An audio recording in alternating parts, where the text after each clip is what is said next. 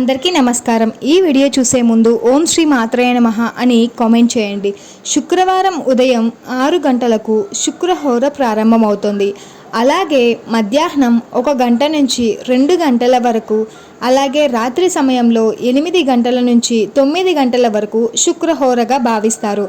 ఈ సమయంలో శ్రీలక్ష్మిని పూజించే వారికి సర్వశుభాలు చేకూరుతాయి అని, అందులో ముఖ్యంగా రుణ సమస్యతో బాధపడేవారు, రుణం ఇవ్వలేక ఇబ్బందులు పడేవారు, రుణం ఇచ్చి తిరిగి పొందలేని వారు, వృత్తిలో లాభాలు ఆశించేవారు ఈ హోర సమయంలో మహాలక్ష్మీదేవిని పూజించడం ద్వారా వ్యాపార వృద్ధిని పొందవచ్చు. అలాగే ఆర్థిక ఇబ్బందులను కూడా తొలగించుకోవచ్చు. శుక్రవారం నాడు శుక్రహోరలో పూజలు చేసేవారికి మహాలక్ష్మి అనుగ్రహం ద్వారా వాళ్లకు అప్పుల నుండి ఆ సమస్యలు కూడా తీరిపోతాయి. అలాగే ఇచ్చిన అప్పును వసూళ్లు కూడా అవుతాయి.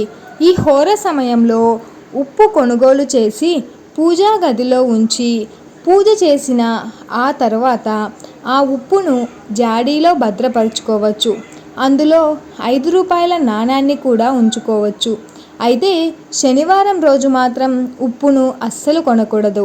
ఇలా చేస్తే వ్యాపారంలో నష్టం ఏర్పడుతుంది అని చెబుతున్నారు. శుక్రవారం ఉదయం లేదా సాయంత్రం పెరుమాళ్ళ వారి ఆలయంలో పెరుమాళ్ళ వారికి తయారు చేసిన అభిషేకానికి పాలు అందజేస్తే ఆదాయం పెరుగుతుంది. ఇంకా పచ్చరంగు మట్టి గాజులను కూడా శ్రీలక్ష్మికి ఇవ్వడం ద్వారా ఆర్థిక సమస్యలు అనేవి ఎలాంటివి మీ దరి చేరవు. ఇలా 24 శుక్రవారాలు శ్రీలక్ష్మి పెరుమాళ్ళ వారికి పాలును అభిషేకానికి అందచేయడం ద్వారా వారు కోటీశ్వరులు కూడా అవుతారు అని ఆధ్యాత్మిక పండితులు చెబుతూ ఉన్నారు.